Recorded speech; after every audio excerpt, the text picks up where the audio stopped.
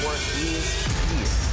Oh, no punches! A real revolutionary right now. Support this man, Black Media. He makes sure that our stories are told. Thank you for being the voice of Black America, Roland. Stay black. I love y'all. All momentum we have now, we have to keep this going. The video looks phenomenal. See, there's a difference between Black Star Network and Black-owned media and something like CNN. You can't be Black-owned media and be scared. It's time to be smart.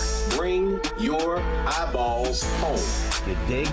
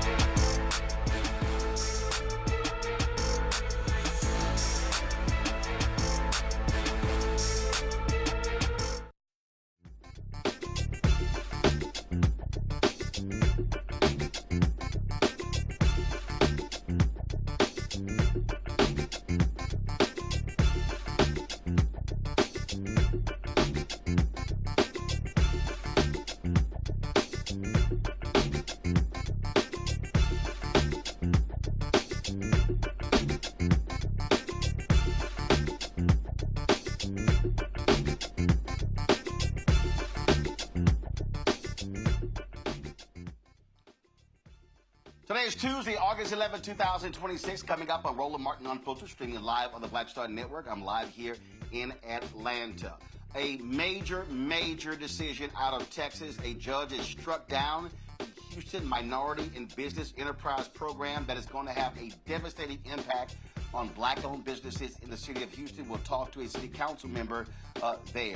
Florida, Representative Angie Nixon is running for the United States Senate. We'll talk to her on today's show. Also, we're watching the election in Wisconsin. Will DSA notch a huge win there with Francesca Hong leading the polls in that race? A new report in Iowa questions the true safety of having resource officers in the state's school after a troubling number of Black children are disproportionately detained. We'll talk to someone with the Iowa ACLU. Also, Martin's children's book will be on to discuss how it's helping children grow their minds in math, reading, and boosting their self-esteem in the classroom. Plus, we'll talk the latest politics, including the latest stupid stuff that Donald Trump has said, insulting Somalians.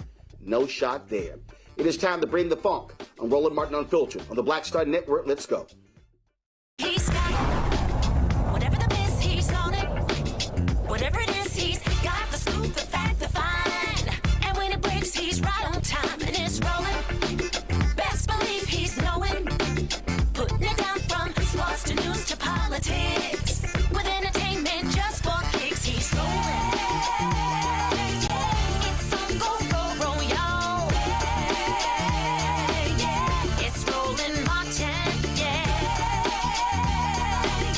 rolling with Roland now. He's funky, he's fresh, he's real, the best, you know he's Roland Martin now.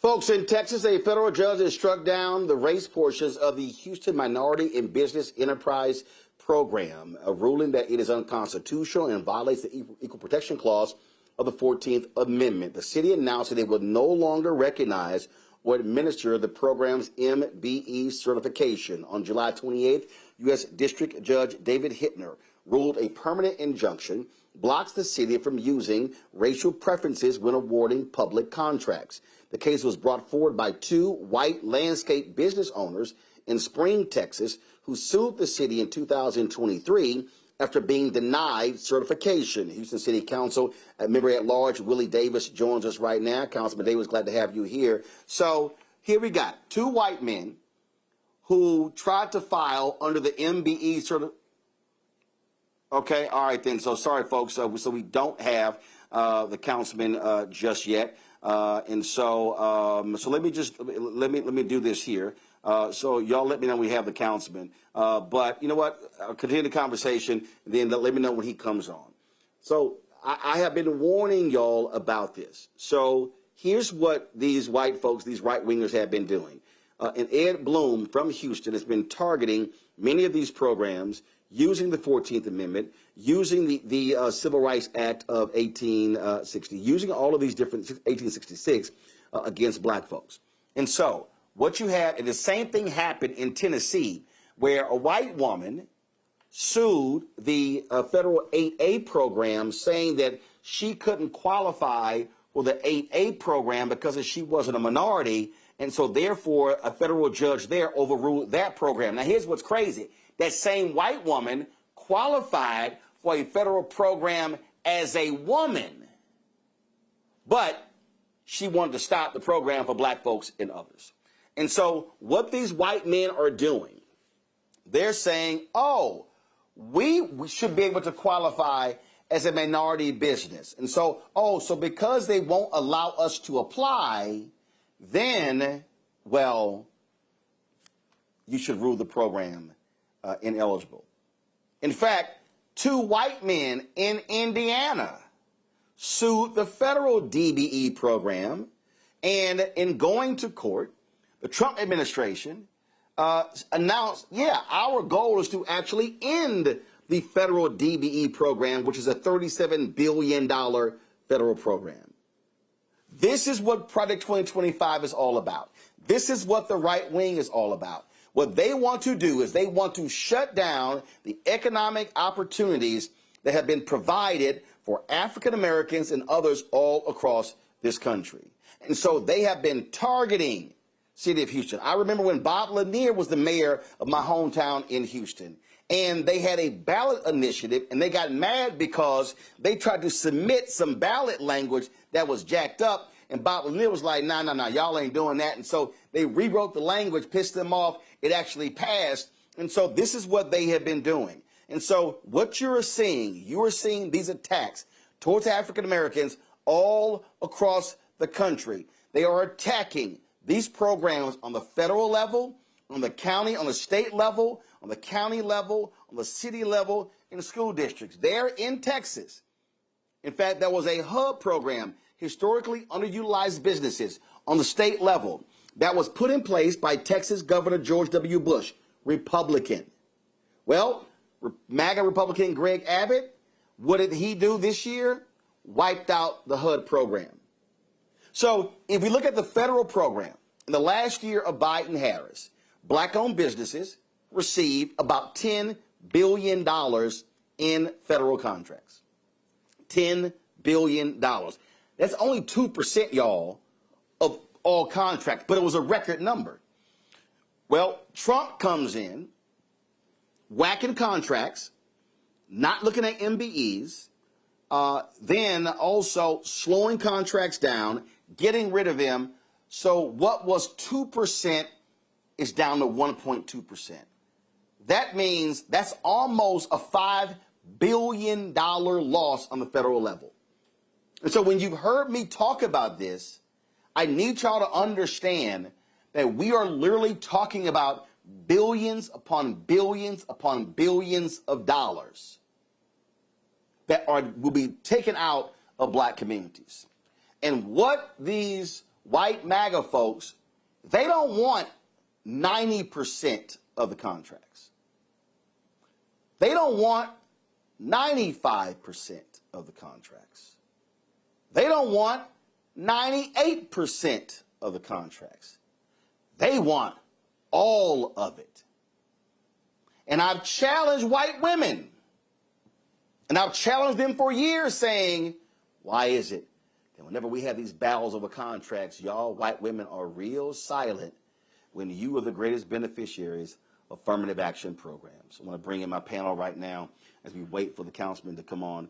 Let me bring in Dr. Mustafa Santiago Ali, former senior advisor for environmental justice at the EPA from out of D.C., Randy Bryant, entrepreneur, author, speaker, Washington, D.C. I mean, people really need to understand, Mustafa, and why we have been calling this a GOP war on Black America, that they are targeting the entire Black infrastructure. They are targeting economics, they're targeting health, they're targeting academics, they're targeting social justice, they're targeting all of it. What the right wing, what the white right wing in America wants to do, they want to absolutely cripple any future Black progress. Those elements that you just mentioned are the pillars, right? They are the foundation underneath of our community, so that, you know, we have the things that are necessary to be able to live healthy and sustainable lives, to be able to, you know, send our kids to college, to be able to save a few dollars, all the things that every American says that they want to do. But unfortunately, there have been laws over the years that have stopped us from being able to fully participate. When they see us beginning to make some progress, even incremental progress, they automatically go into a strategic attack mode, beginning to, you know, dismantle the various laws that have been there, not to actually give us an upper hand, but to give us an opportunity to be able to participate.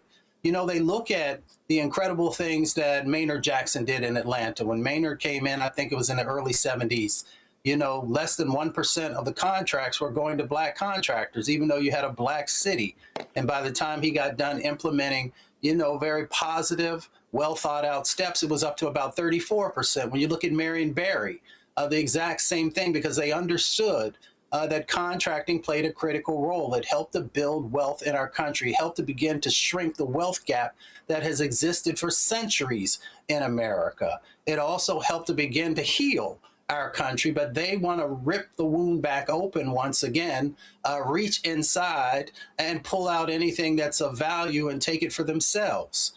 So, you know, that's what exactly is going on. That's why we talked for a year and a half about Project 2025 agenda, one of the other agendas that was out there.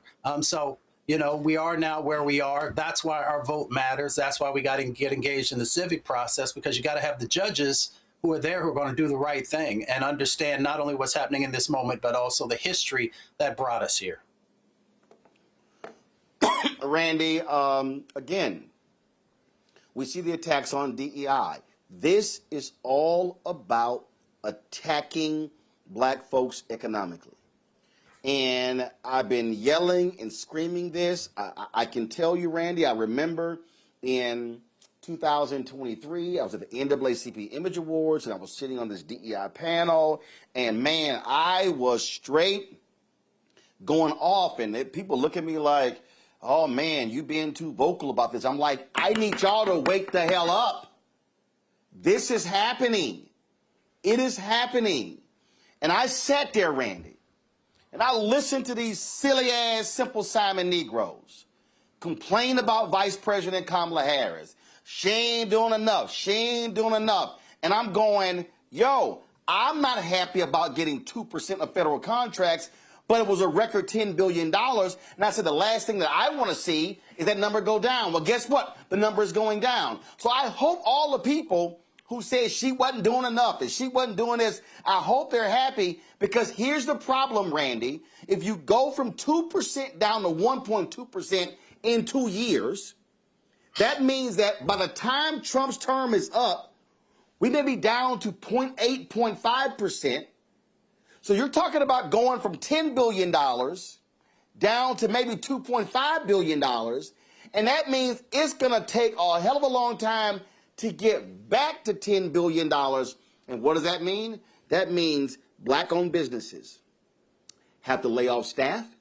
That means that those families that work at those companies, That means their houses are being impacted. Their kids in school is being impacted. And so that means that you're going to see a drop in blacks tithing to churches. You're going to see a drop in African Americans supporting HBCUs, supporting charitable giving. And so there is a tremendous downflow and a tremendous, with this downflow, the same economic downflow, you're going to see billions being washed out of Black America because of decisions like this. Exactly right. I believe that what people don't understand is that sometimes the war is between two candidates, and you may think this candidate did not do enough or won't do enough. What I don't think people understand what Project 2025 is it is a plan for waging a war to completely cripple the Black community. And the Black community has historically gotten to places of middle class and upper middle class through government and through the government contracting. So it was very strategic for them to have Doge come in and gut the government and cut government jobs, because that they knew was going to specifically hurt us, and it has. Also with the government contracts, you realize that, while we're around 14% of the population, we only ever had 3% of employer-based businesses already. And so they created these programs like the MBE and the WBE to get those numbers up. And still, even with those programs, we're getting about 9% of the government contracts that were available to us, even with the programs. So now without them, just like you said, we're going to get far fewer, if anything. I personally, being based in Washington, D.C., have several friends who have lost close to 75% of their businesses. What also that we need to note is that Black business owners tend to employ Black employees more frequently and at higher rates. So all of those employees definitely are impacted. If you walk around the city now, and this of course is everywhere, but if you walk around the city now, the restaurants aren't full anymore. People are not going out because they can't.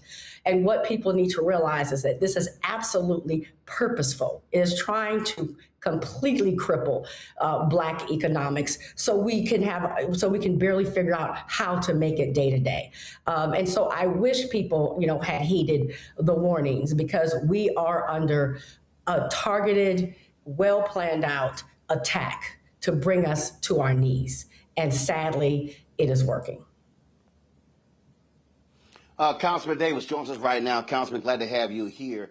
Obviously, this decision by the federal judge in Texas is a devastating decision for Black-owned businesses, on top of the decision by the state to dismantle the Texas Hub program. This is not going to bode well for Black-owned businesses in Houston and in Texas. Thank you, Roland. Yes, I am certainly a little bit disappointed. And that's what I said, a little bit, but should say much disappointed, because this is more than just something that is hurting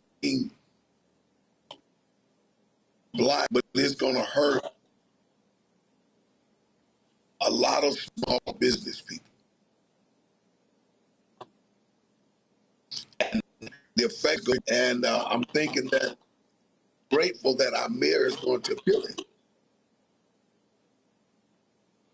And so based upon what's going on, we at council in Houston, we're going to have a good look at this going forward, and to make sure across the board, authorities are represented and they get a fair chance of creativity in the business world. Now, we had a great director of our MBE program who came under some scrutiny from other minorities because of the way our program was written and the way that she was going to solve some of the concerns from other minorities. And so we went through that process, and we thought we had gotten clear. And then once it got to court, the judge voted in favor of the plaintiff, which was very. So here's the issue. You and the city council now, frankly, have to get more creative. And I remember when there was the Hopwood decision in Texas, where they sued and they could not use race when it came to admissions. And one of the things that Texas State Senator Royce West, he got with these rural Republicans, and that's when they came up with the top 10% rule.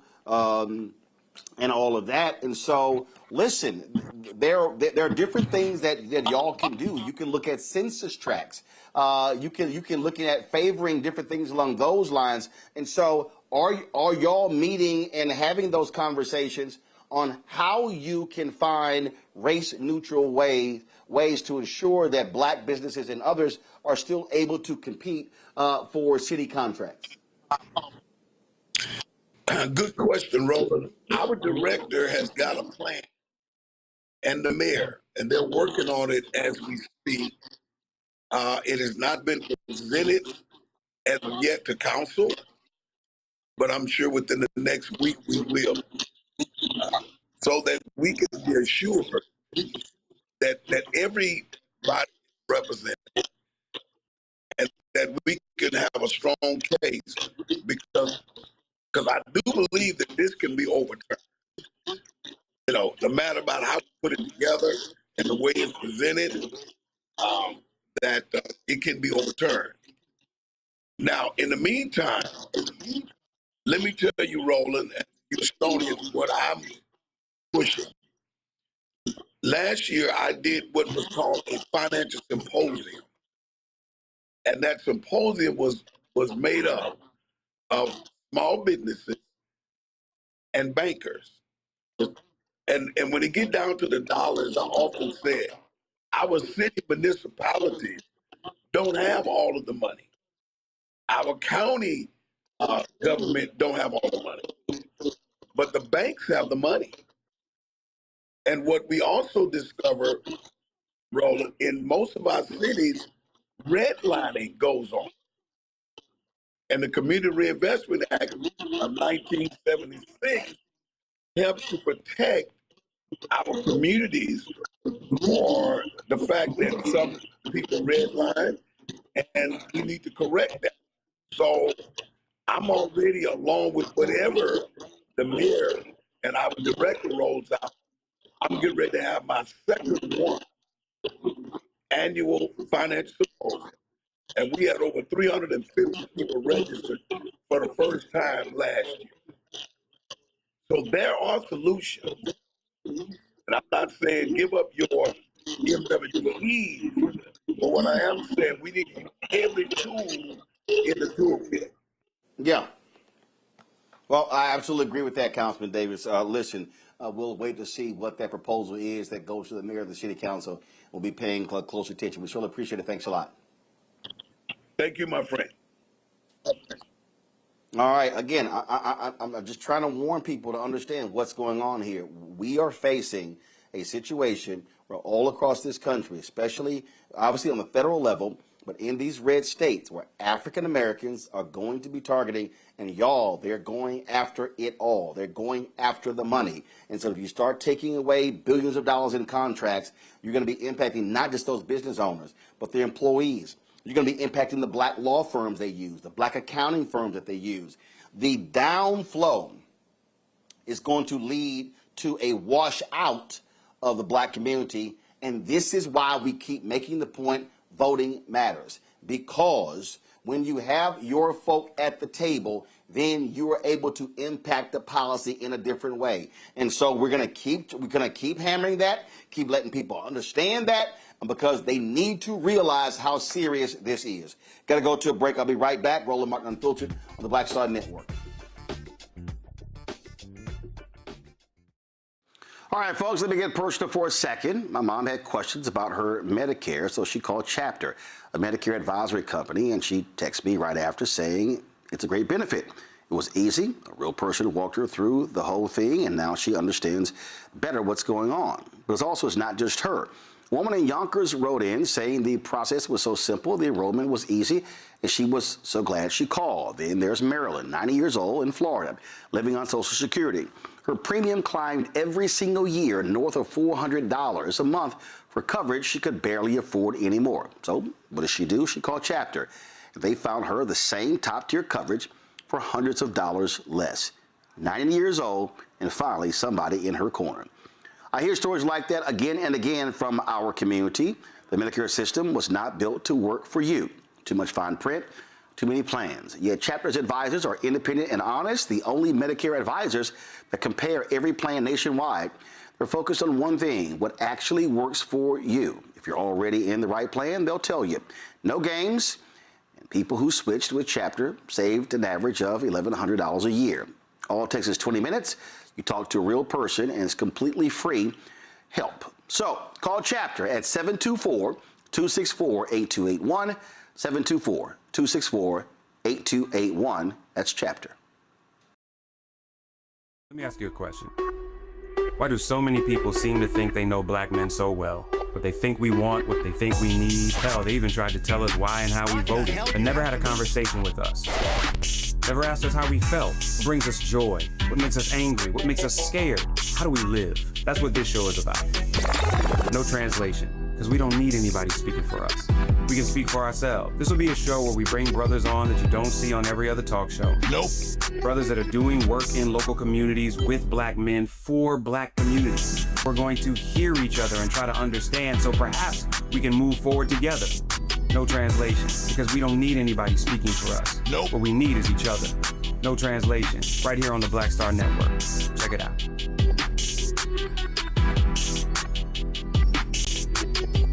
It's your boy Earthquake, giving Roland Martin something to do, because he don't know what to do. He from Texas. Ain't his fault.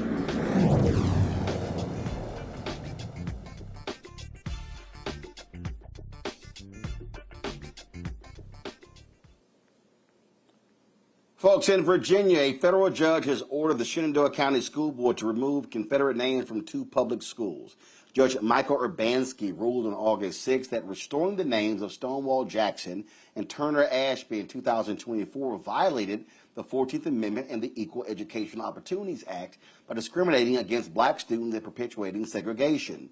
The ruling sided with the Virginia NAACP in its lawsuit against a county school board's reinstatement of Confederate military names. The board is now ordered to change the school's monikers again.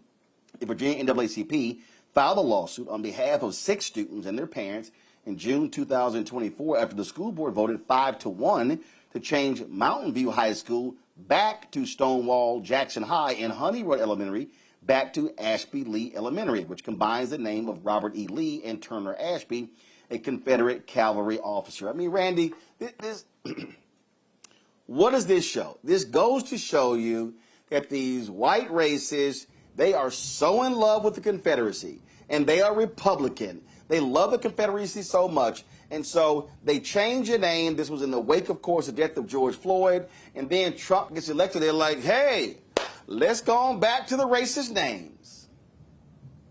They're pitiful. The fact that they are still hanging on to these so-called heroes of theirs, and they lost the war. That's what I don't get. Like, how are you celebrating someone who lost the war, but they cannot let it go? And they're just absolutely sad. And they see this new racist in charge as their opportunity to now honor their supposed heroes and celebrate the time that they wish they could have. I mean, it very much tells you how they see black people and and how they want us to be, how they don't want us to have freedom. People need to see that as a symbol for what they want for us and don't want for us. You know, Mustafa, we're always making this point, and you listen to these people talk about, well, it's history, we can't forget our history. No. What these white MAGA folks want to do is they want to celebrate the racist. They want our schools to still be monuments. And the judge is right. You damn Skippy. If you're a black student, hell, you don't want to sit here and say, oh, yeah, I'm a Stonewall Jackson graduate, knowing full well that Stonewall Jackson wanted to make sure that black folks remained in chains You don't see in Germany them having schools named after Hitler and other Nazi war criminals. There's a reason for that. But in America, they love them some white domestic terrorists who were, again, the wrong side of the Civil War. Well, everything that you just said, you know, it's really interesting that when it comes to our children, they don't have a problem with trauma, right? They'll allow our children to, as you said, go to those schools, be taught in those schools, look up and see the sign, the name on the side of the building, and have to reflect on that. But when it comes to their children, you could have a few words in a book, and they have a problem with that. They have a problem with history when it comes to the truthfulness of history that kind of really lays it out for everyone. So I always think that it's very ironic that they're willing to traumatize our students, but they're not allowing that same type of openness to be a part of a process when it comes to their own children. Yeah, it's because, I mean, listen, it's because, you know, they love their white races, and they want to celebrate them, and they want us to sit here and have to deal with their crap when it comes to that. And this is just where I'm like, I'm sorry. You know, we have to fight back, and I'm sure there are people who are saying, well, man, I don't understand why you're making a big deal, you know, out of the names. But, yeah, damn that. I mean, forget Stonewall Jackson. He was a white domestic terrorist. So was Robert E. Lee. I don't give a damn about, oh, my God. Listen, see, here's the one that cracks me up. You listen to these people who go, oh, my goodness. I mean, Robert E. Lee was an amazing general, which is why Pete Hegseth had his portrait restored in the dining hall at West Point. But guess what? Even according to Patton, Randy, Rommel was one of history's greatest generals. I don't see the Germans still celebrating Rommel as being an amazing military mind. Right. But the Germans have openly dealt with the Holocaust. They have claimed responsibility. They have admitted that it was wrong. They say all the time, never again. They teach the accurate history in their schools. America can't seem to do that. America would like to act as if none of it really happened, and what happened, they are always changing what the Civil War was about. They are always recreating history. This is why we see how they are daily trying to take down exhibits at museums, because they don't want to have the real history, much less deal with it, much less own it, much less pay reparations. They have come up with their whole fantasy like it's a movie, and they are living by that. Whereas Germany has taken a completely different approach. Mustafa? It's about hate. It's about evil. It's about power. That's what this is all about. You know, this current party has just anchored itself to hate, and they expect hate to be a leverage point. They expect hate to be an opportunity for them to rewrite history. And to do it in a way that glorifies things that never happened and to whitewash other things. So, you know, that's the hate side of the equation that's going on there. The power side of the equation is they figure that they now have a moment, so they are trying to do everything that they've always wanted to do, whether right or wrong. The evil aspect of it is that you often have people who say that they, you know, believe in God, they believe in, you know, a higher power. They know what the words were that were written down in the respective books that are out there, but yet they refuse to follow any of those tenets in a way that is actually uplifting, in a way that is healing, in a way that actually would help to bring this country together, because we have so much work that we still need to do, but that's not a part of their agenda. You know, they're putting on the full court press.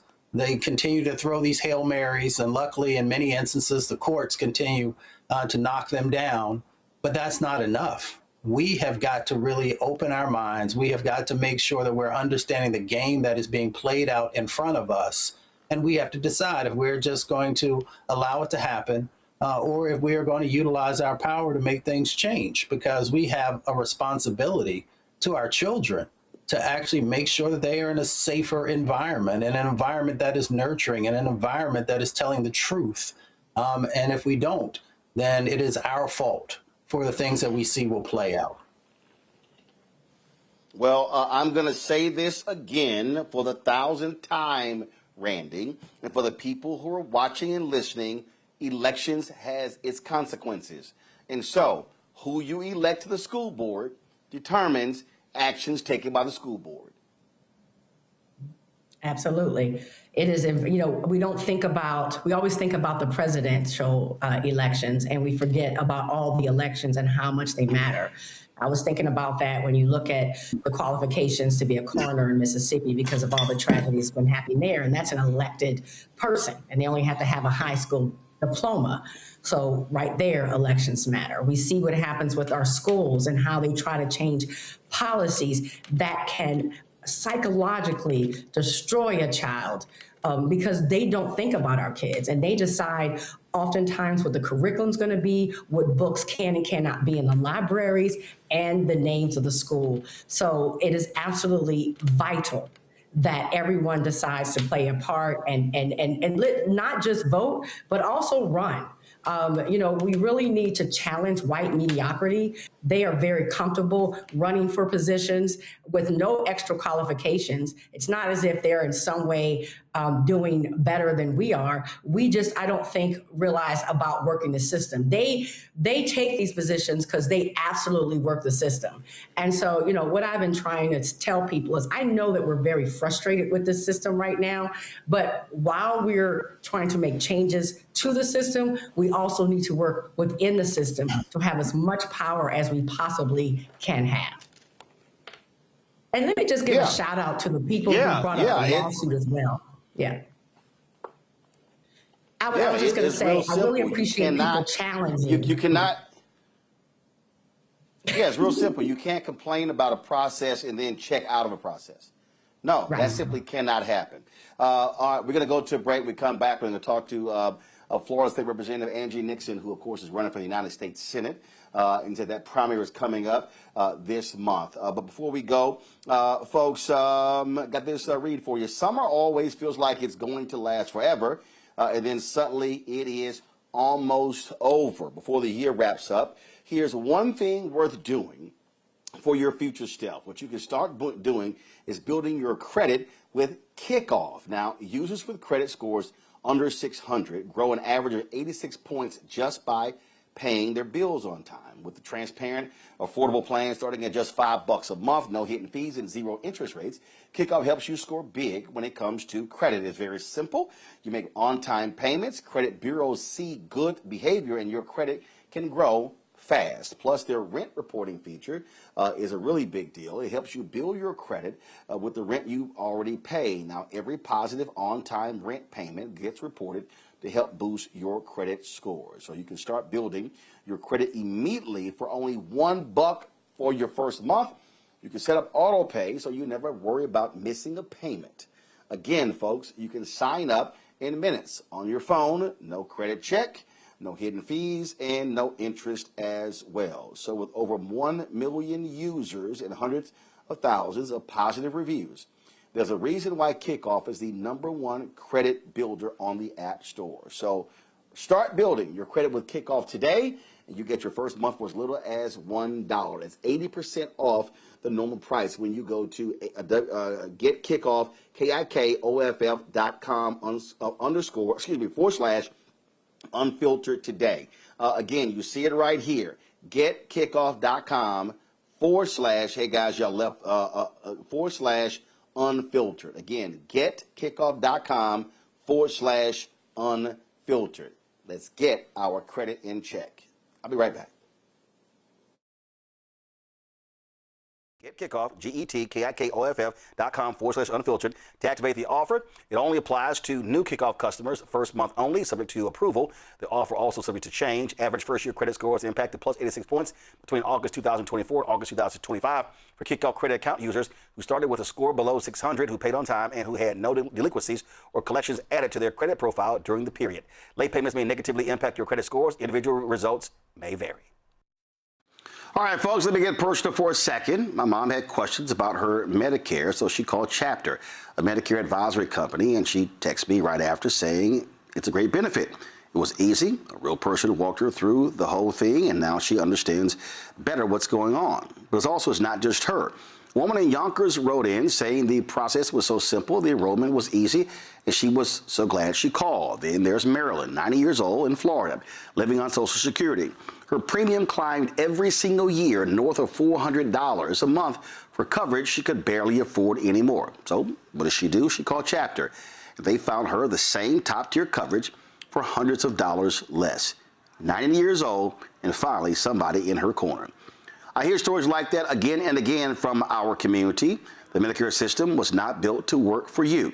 Too much fine print, too many plans. Yet Chapter's advisors are independent and honest, the only Medicare advisors that compare every plan nationwide. They're focused on one thing, what actually works for you. If you're already in the right plan, they'll tell you. No games, and people who switched with Chapter saved an average of $1,100 a year. All it takes is 20 minutes. You talk to a real person, and it's completely free help. So call Chapter at 724-264-8281, 724-264-8281. That's Chapter. Carl Payne pretended to be Roland Martin. Holla! You ain't got to wear black and gold every damn place, okay? Ooh, I'm an alpha, yay. All right, you're 58 years old. It's over. And you are now watching Roland Martin Unfiltered. Uncut, unplugged, and undamn believable.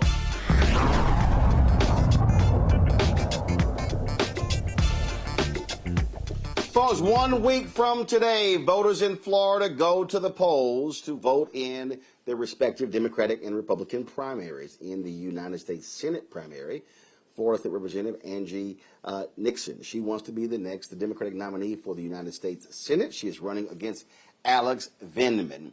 He has raised a ton of money, and so she is up against an avalanche. Of course, they're running for the seat currently held by Republican Ashley Moody, who was appointed to that particular job. The Democratic Progressive Caucus of Florida is supporting Nixon over her opponent, high-profile retired Colonel Alex Vindman. Nixon, of course, has spent 6 years in the State House opposing Governor Ron DeSantis' anti-black agenda. She also staged a May sit-in at DeSantis' office protesting the GOP's mid-decade gerrymandering process. As a result, she was charged with 2 misdemeanors that she's fighting in court. However, that has not stopped her, nor those who believe in her race. She joins us right now, Representative Nixon. Glad to have you here. First and foremost, you heard me just say, listen, you're being outraged, but at the end of the day, the person with the most votes actually wins. How are you countering the avalanche of money that is going towards your opponent? What are you doing? For sure. So thank you for having me. I am countering it by going out and knocking on doors, having conversations, and doing what I've always done. I am a community organizer, and I have built a large coalition of folks all across the state of Florida, and we know how to win, right? And so we're talking about the issues and we're meeting people where they are. Unfortunately, my opponent is acting like a politician right now. I don't consider myself a politician. I consider myself a community servant and someone who just really cares about people. He's not showing up at events. He's refusing to debate. He is running away from questions, literally on camera. And that is showing up at the polls. A recent independent poll came out and showed that I have the strongest possibility. I'm the strongest Democratic candidate that could take on Ashley Moody this November. And that's because I always show up.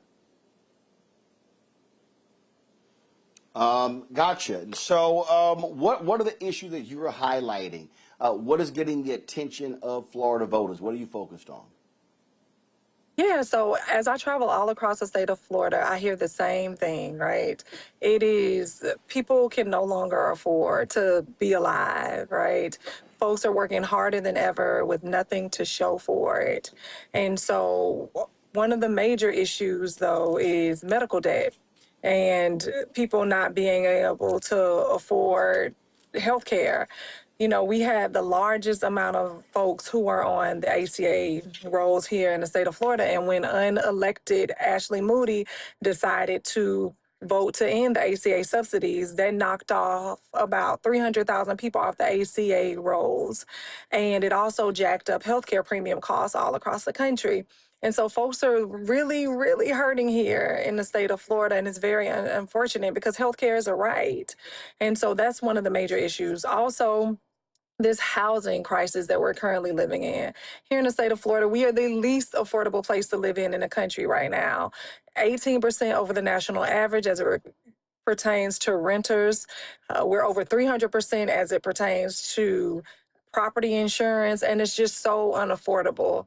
And of course, you know, we have these working family taxes on us that were put on us by Donald Trump, right? Who decided to put these tariffs on us and give away these tax breaks to the rich with his big BS bill. I don't call it beautiful, it's BS. And so it's really causing people to struggle right now. You mentioned affordability of housing there. I mean, Ron DeSantis spent several years touting, everybody's moving to Florida. Facts show that ain't the case. They're leaving Florida because the costs are outrageous, the housing, but also when it comes to insurance. Yeah, they're definitely leaving because of insurance, right?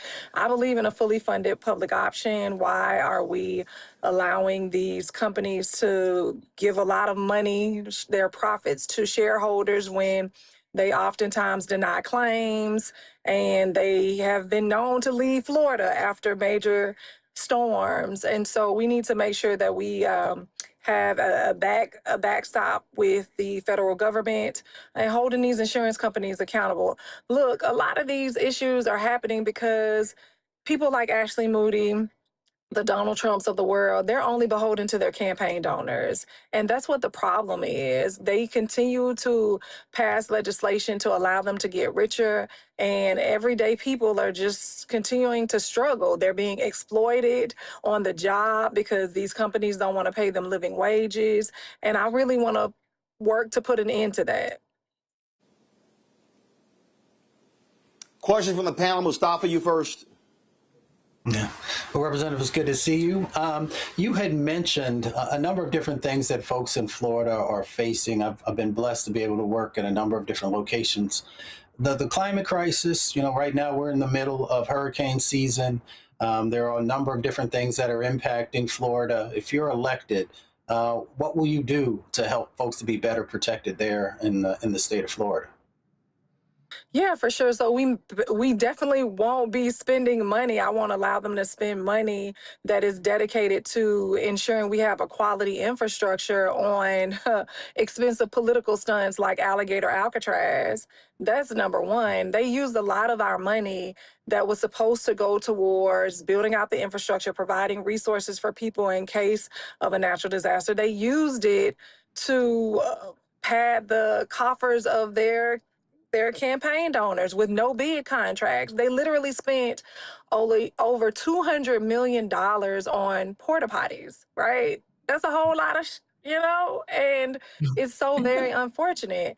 And so I want to make sure that we are sending money back to Florida to make sure people have good infrastructure. There's a lot of flooding that takes place here all across the state of Florida. And we have people like Ron DeSantis and these, oftentimes these Republican governors and things like that. They have not done what they needed to ensure that Floridians have a decent infrastructure in time of natural disaster, to make sure that they are hardening the utility systems across the state of Florida. And so those are some of the things that I want to do, make sure we're drawing down money to prepare people in times of natural disasters. Randy? Thanks so much for being here. I know for someone to be motivated to do what you're doing, it takes great sacrifice. And I'd like to know, what is your hope for Florida? What is your vision? Yeah, so my hope for Florida is the people, right? I believe that hardworking, everyday people should get to shape what our communities look like and what our economies look like.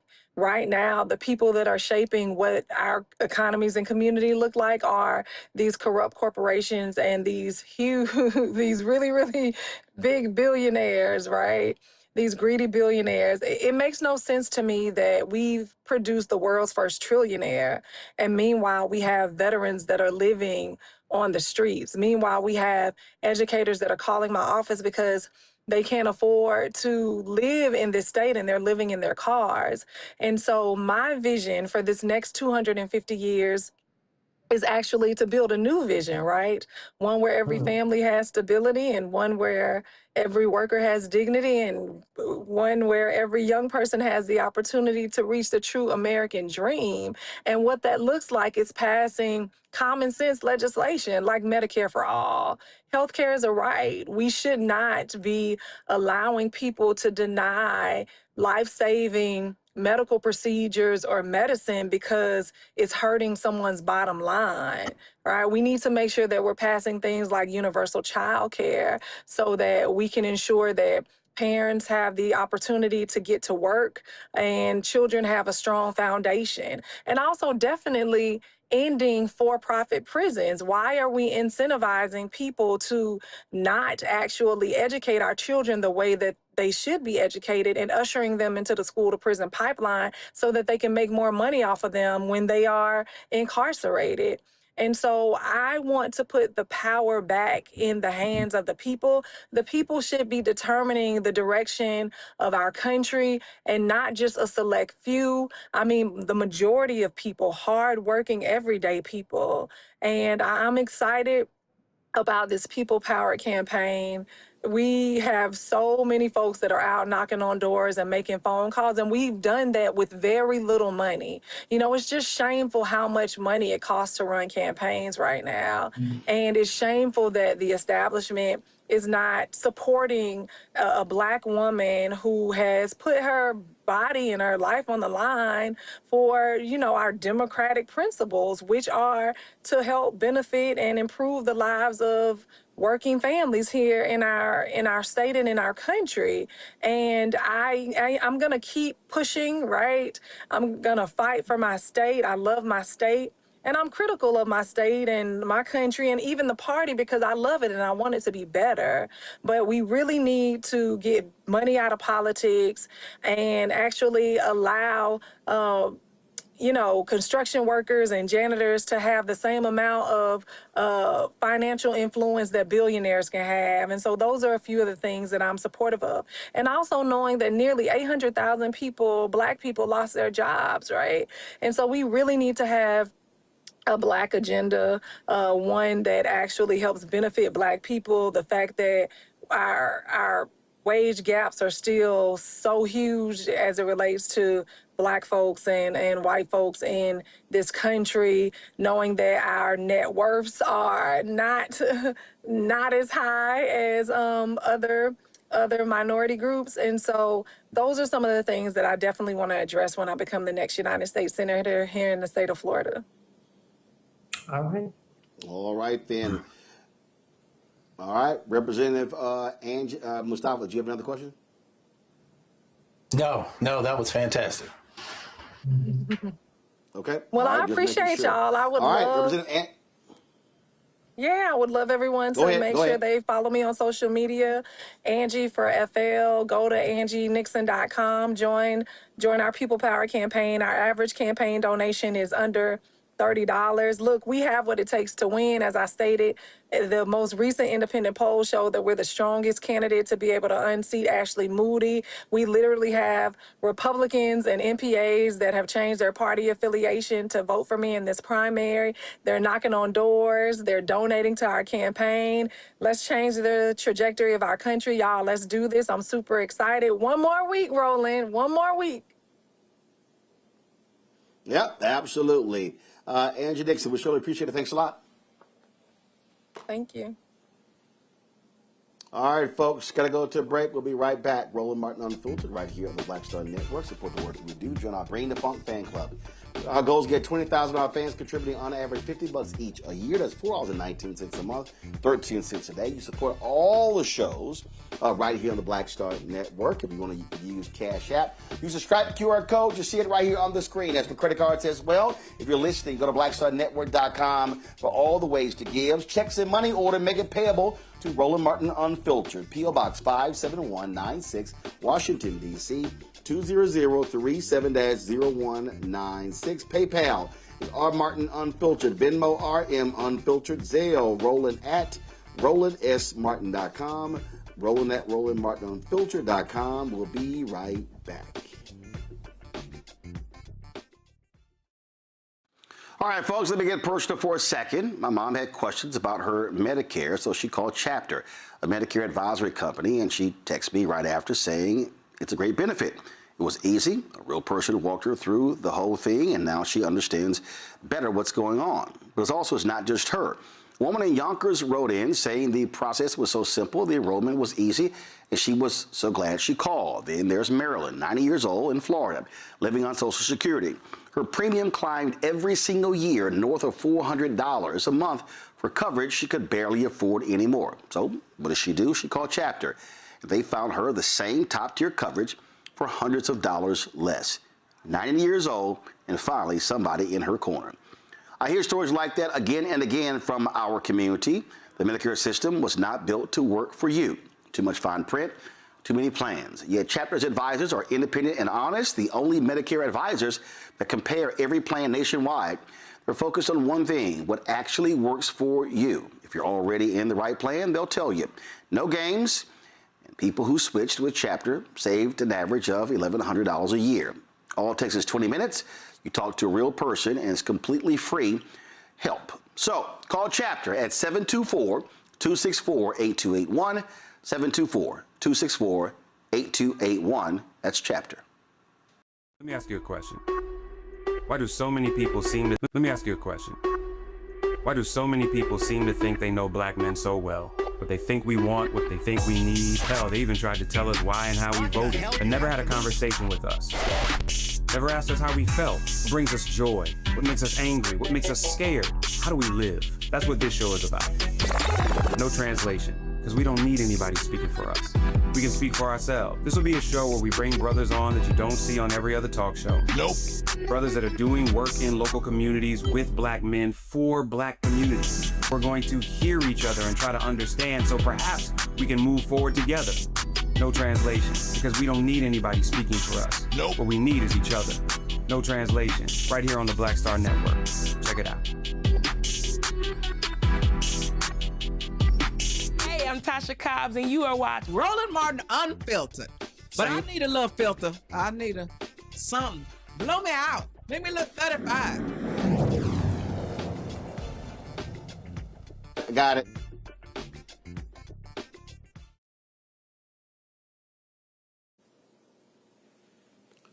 Folks, the federal judge on Tuesday blocked the U.S. Postal Service from implementing part of Donald Trump's executive order aimed at tightening rules for mail-in voting ahead of the November midterm elections. Of course, that's going to determine who controls Congress. U.S. District Judge Indira Talwani in Boston expanded on an earlier order she issued in June that prevented the Trump administration from implementing the policy in 23 mostly Democratic-led states. The judge's latest ruling blocks the Postal Service from carrying out Trump's directives anywhere in the country.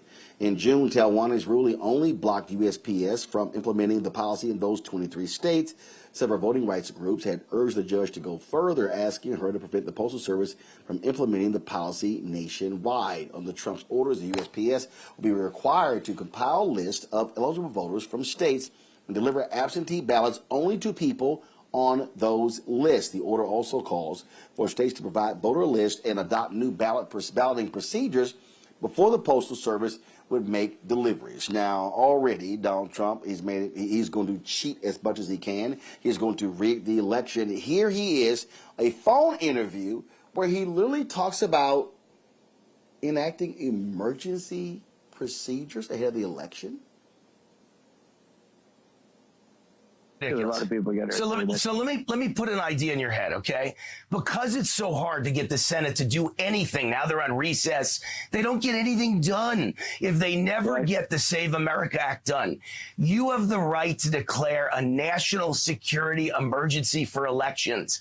And the Supreme Court ruled in 1983 under Reagan that INS versus Chadha, that if you declare a national security emergency as the President of the United States, they can't challenge it. It can only be overturned by a 2/3 vote of both houses of Congress. So if you do this in the next month, we will get photo ID, proof of citizenship, and a limit to mail-in ballots. And Let you me don't just even say that need stranger the things Senate have vote. happened. Okay, I'll leave it at that. All right, we'll leave it at that. So let me finish with a couple. These people are insane, Mustafa. They're dastardly. Let me say it that way. I think that's a better way of describing what's going on, because they have an agenda, they have a plan, and they're going to continue to try and implement it. They try and go around the courts. At first, they thought they would be able to manipulate the courts because they had a number of folks that they got into key positions, and that didn't work. Then they tried to utilize executive orders to be able to, once again, go around common sense sets of actions and to move forward with their agenda. And that really hasn't also worked at the level that they thought it would, although there have been, some instances when they've been able to do some very destructive things through executive orders. And so now, they're looking for another set of opportunities to be able to move forward with real voter suppression or expanded voter suppression, stripping away people's abilities to be able to fully participate in the civic process. So that's why I say, these are well thought out, diabolical sets of actions. But I don't think that it's coming from a place of not having the knowledge and information of what you're doing. I think they've just chosen to be able to do whatever they think they want to do. But I think what they fail to forget is that, people are watching them. And there are going to be repercussions for many of these actions that they've done. So yes, on the federal level, a president is protected, but there can be state charges that are brought forward if folks decide to do that. So I would be very careful with, some of the steps that they're taking and some of the folks who work for him that are willing to go out on a line. So yeah, he can pardon you on federal charges, but he cannot stop state charges. Randy? They're not even trying to hide it. I mean, they just admitted their plan right there on national TV, where it's been pretty obvious what they're trying to do. They do want to declare a national state of emergency. They do want to make it where an election, a free and fair election, cannot happen. They do want to ensure that this leader, if you want to call it that, is in office for another 4 years. I mean, I don't think that they're even trying to be shy about it, and they're just being bold about it. We can only hope that fewer and fewer people follow him blindly, because I think people are kind of hopefully getting somewhat sick of him, but they don't even try to hide their cheating anymore. I mean, the level of audacity continues to shock me, although it should not shock me anymore of what he's doing. But they want to do everything they can with the mail-in voting, for instance. They're hitting us at all sides to ensure that this man gets in again, I believe. So with the mail-in voting, they know how many people are absolutely dependent on mail-in voting and what that would do. And it's striking to me how he tries to say that he's so pro-military. It would definitely affect their ability to vote. Of course, people who are disabled vets, people with disabilities, people who are elderly, people who work off hours, but that's what he wants. He wants to disenfranchise as many of us as he possibly can so he can win. And that is the only way that he could win. Absolutely. All right, folks, let's go to Iowa, where the American Civil Liberties Union have released a 37-page report titled Rethinking School Safety in Iowa: The Harms of School Resource Officers. The report argues that school resource officers do not make schools safer, but instead disproportionately harm black students and students with disabilities by funneling them into the justice system for minor behavioral issues. Let's talk about this right now with Veronica Fowler. She's the Director of Communications for the ACLU in Iowa. Veronica, glad to have you here. And so looking at this report, how bad is it? Well, it's bad. We had found that we basically did a lot of open records requests to schools in Iowa that had school resource officers. We looked at federal data from the U.S. Department of Education Office for Civil Rights. And we also looked at a host of studies about school discipline and racial disparities in schools. So this was a year-long project and very thoroughly researched. And we found numbers that basically reflect some other very disturbing national trends. Black students in Iowa were arrested at 3.7 times, nearly 4 times the rate of other students, even though studies that we cite show that they do not misbehave at a higher rate than other students. And then, of course, you also mentioned students with disabilities. They were either referred or arrested at 2.3 times the rate of students without disabilities. And so this is obviously disturbing because students are supposed to get equal treatment in schools, and these numbers suggest that they are not.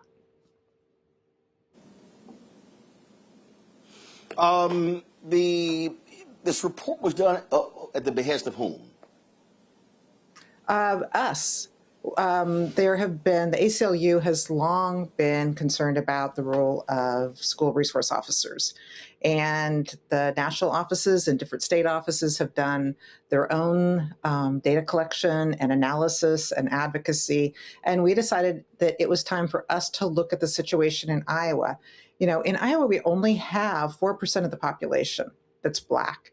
And so these numbers are especially concerning because it suggests that Black kids are in some ways being targeted or not treated equally. And that's not really the goal of anyone. Questions from the panel. Randy, you first. Thank you for this work that you're doing. I recognize how valuable it is. And I'm just going to be honest about my frustration. My first job out of graduate school was a high school English teacher. And these study after study has been conducted coming up with the same information, right? I'm not specifically Iowa, but it's all across the country, and we've known this. What is it going to take for the change to actually happen? It seems like the information, yes, that's great, nice, but then we still have the resource officers. The resource officers are more in schools where, Black children are. Our kids have always been disciplined more, starting in kindergarten. And every study has always shown that the minute that a child has any interaction with the justice system, it's almost like a self-fulfilling prophecy, right? And so, but nothing is ever done.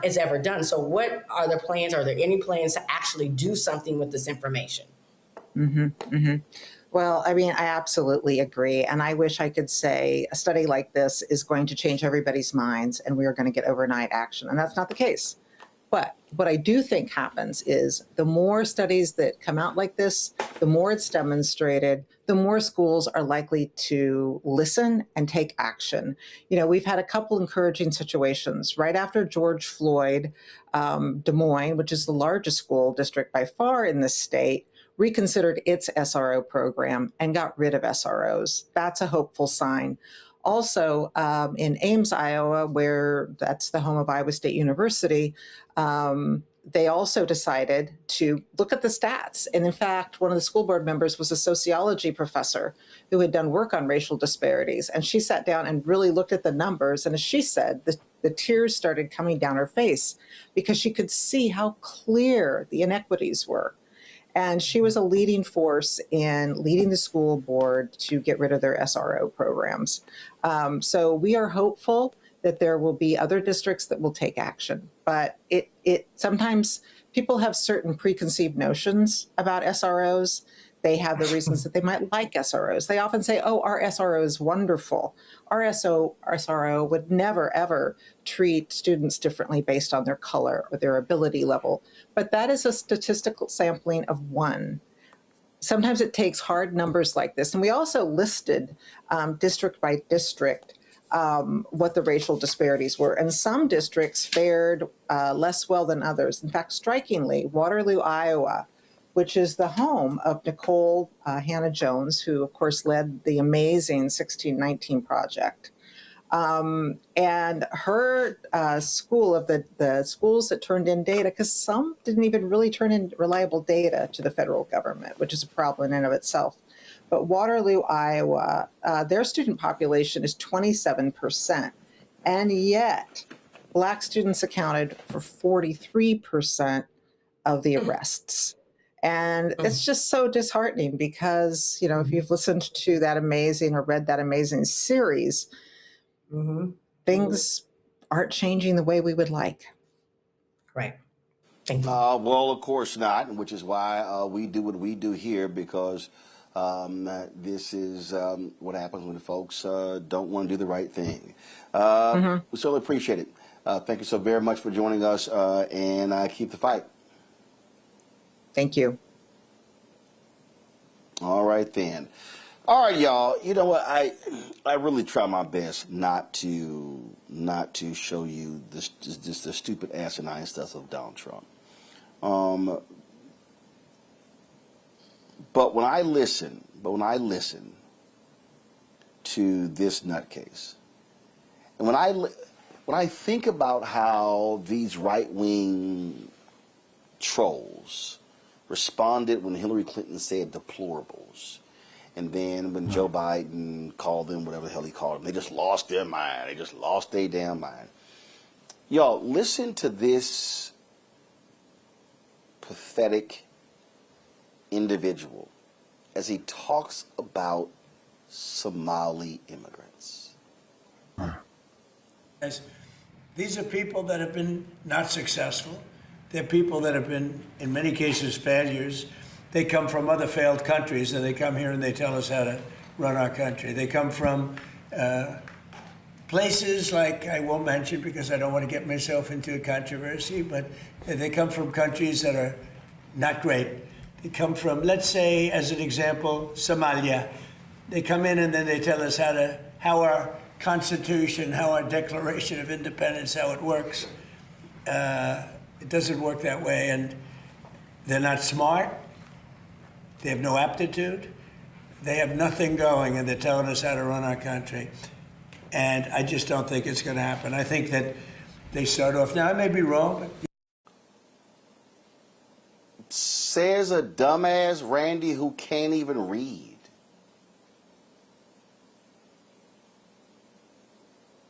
That he's ever been to. I mean, just to hear that jackass speak, it burns me up every time. And then I don't know if people are picking up what he's trying to put down, but to say that an entire group of people don't have aptitude and aren't intelligent is eugenics. I mean, it's eugenics. It is the foundation of white supremacist bullshit. It is the, I'm sorry, I'm using that. I am so fired up. But to say an entire group of people is not intelligent. Now, who could come out of their mouth and say that, and to think that is the leader of this country and think that it's okay? This man, I mean, we are looking at, to me, the times of Germany and how people could support that is even disgusting. I'm disgusted by the people who follow this man, because, and the fact that he's so unintelligent that he could barely put together a sentence. And this is the reason why his followers like him, because he doesn't speak past a third grade level so they can understand what he says. Pure, unadulterated racism, Mustafa. Right. That's who he is. How he feels about African nations, it's clear, and that's all this is. This man is an absolute racist, a bigot. Yeah, but he knows it sells, right? So he knows that there's a base that feed off of that. America, unfortunately, has always wanted to look at others, and we all understand the otherism as less than. So he understands how to play to an audience. But let's break it down. So he said that these were uneducated people. I've spent time in numerous countries across Africa. In Somalia, people speak multiple languages. How many languages does Donald Trump speak?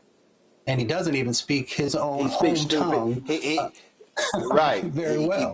He barely can speak English, and he speaks stupid. Right. So, so 1 for Somalians and 0 for Donald Trump. When we talk about Africa, everybody who watches this show understands the extraction that has taken place in multiple countries there. You can look at their fishing industry where people cross over borders and illegally I think they've lost over $300 million a year in illegal fishing that's going on. And you can go down the list if you look at their forest and how they have also been plundered. Yeah, it's one thing after another, but they never bring that into the conversation when we talk about the infrastructure that's in a country, the lack of economic stability that may exist. They don't talk about the destabilization that not only our country, but other countries have played a role in. So he really has no truth to stand on, but truth is not something that he cares about. And when immigrants come to this country, we know they work extremely hard because they know that they have to.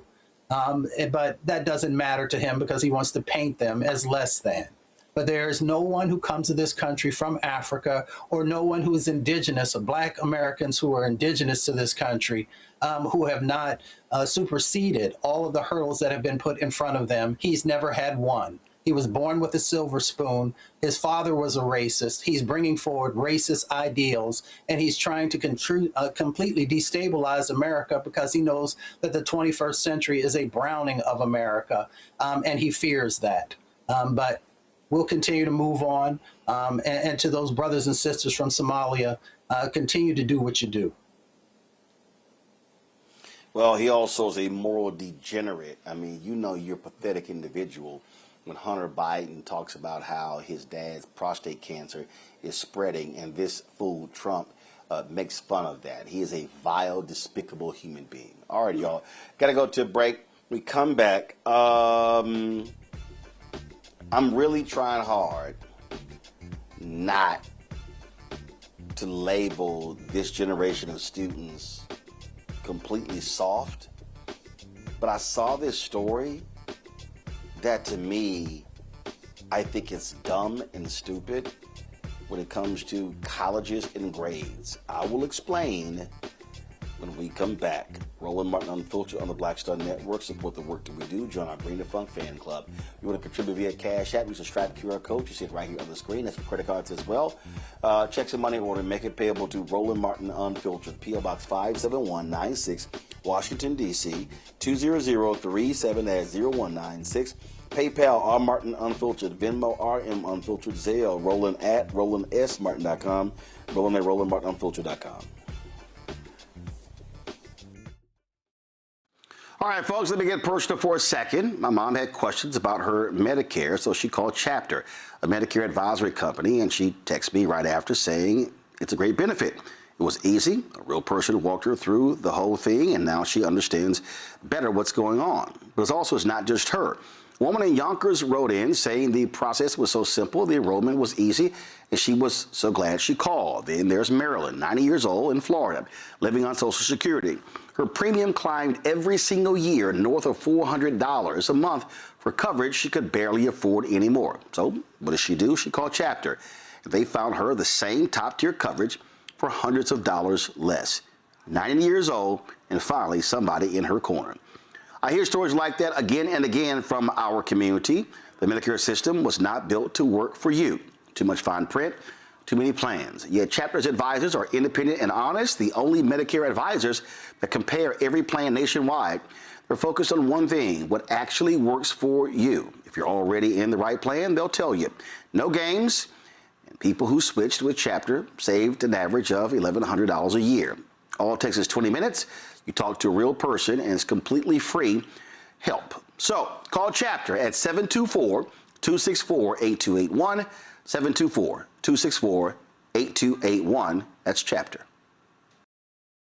This week on The Other Side of Change. Black life, Black death, in a country that was never built for us. We are talking about 18-year-old Nolan Wells, his family's search for answers, and the way that our own trauma is showing up in how we are reacting to the news. Where was Nolan in the 90 minutes between when you're claiming you last saw him and when you actually left the island? Because 90 minutes is a lot of time. So where was he? Tune in on The Other Side of Change, only on the Black Star Network.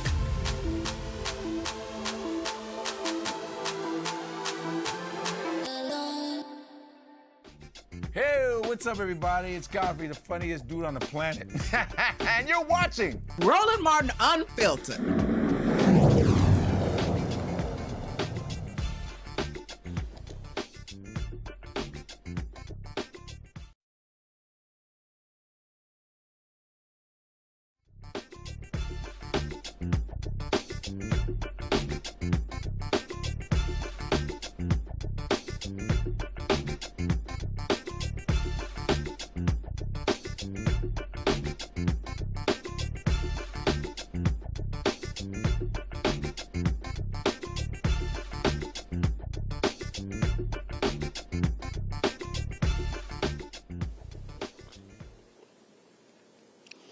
All right, folks. So I saw this story in the New York Times, and okay, let me just read y'all the headline.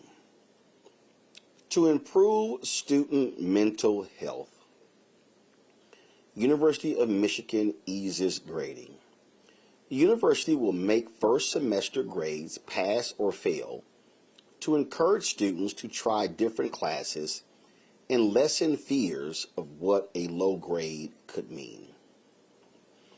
It says the University of Michigan will replace traditional letter grades for some first semester freshmen with a pass-fail style grade to more gently ease new students into academic life.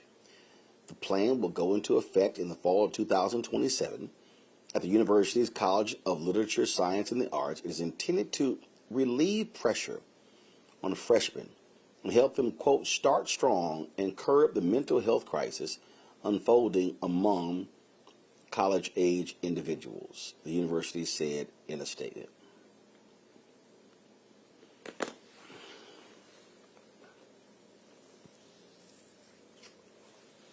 Okay. I am very cognizant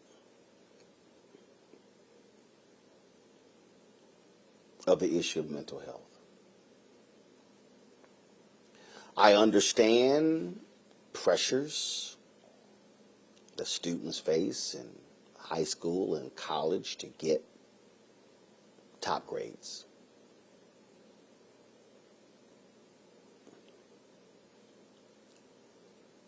But how weak of a country can we be when we choose to aid weak-minded individuals? This sort of rings, this sounds like participation trophy stuff for me. See, I think what you're dealing with is you've got these students who come from high school, and a lot of them actually think they're smart. Then they get to college and they realize they ain't so smart. And the problem I really have with this, Mustafa, is because for somebody who hires people, I will be honest, I see soft college graduates. I see people who have not been challenged. I see people who have not been pressured. I see people who have not had to go through hell to achieve their dreams. So for the university to say, oh, it's so fragile. It's so fragile. So we understand it's rough. So we're not going to. No, you're either pass or fail. It's not going to be an A. It's not going to be a B. It's not going to be a C. It's not going to be a D. It's not going to be an F. You pass or fail. I'm sorry. This is stupid. This is just dumb to me. Why do we sit here and play this soft game, Mustafa? It's called earning it. Well, you do have to earn it. I mean, all of us came up that way, you know, but it's a new day, right? So I think we have to ask the questions. One, are we making our students, are we helping our students to be competitive with the rest of the world? Because now jobs, you know, you got lots of different folks who are competing for the same jobs that are out there. The second question I would have to ask in helping to prepare our students is, we have an emerging, developing 21st century economy, and are we helping them to be in a position to be able to actually not just participate, but to compete also in what this new economy is actually going to ask of folks? The third thing is that, you know, for some folks, you know, my parents and others, you know, trying to be able to go to school, to be able to go to college, there were a whole lot of things that you had to be able to navigate. Not only did you have to be prepared academically, but you also had to deal with all of the, you know, bigotry and racism that was also a part of that. And even though some of that still exists in a smaller way, it's nothing that others had to go through, nor do, you know, whether it's my parents, my grandparents, or all of our parents, they probably never would want students of color to have to go through some of the things that they went through. The other thing that I'll say, Roland, is that this is not new. If you look at a couple of the Ivy League schools, some of them, that's the way their grading system works as well. So I think, you know, we just gotta, you know, ask the question, is it really helping students to be prepared for the things that they're going to face, the sets of opportunities that are in front of them? And then, you know, people start to make some decisions. Some of those online schools that are really big now, they follow a very similar model also. Yep. So that's why I bring into our conversation that we're dealing with a whole new set of educational sets of requirements. Randy, let me be clear. I was not a great classroom student in college. You know why? Because I knew it was BS. Follow me what I'm saying. I knew at the age of 14 I was going to be a journalist. And I knew what it required to be a journalist. And so the work that I put in outside of the classroom is why I was able to excel so quickly in my first 3 years in the business. I, in essence, created my own curriculum outside of the classroom, okay? And I remember having a conversation with, it was an English lit professor. And man, it was a Tuesday, Thursday class. It was like 8:15 to 9:30, and I was always late. So I remember one day, Randy, he gave us our test back, and he said, "Mr. Martin, I want to see you after class." I said, "Okay." So he proceeds to sit here and tell me, "You come to my class late. You didn't do well on the test. You don't do well on assignments." When he got done, Randy, I said, "Hey, bro, I'm going to be straight up honest with you. I don't give a damn about this class." And he was like, "Excuse me?" I said, "I don't give a damn about this class." I said, "Man, let me tell you something.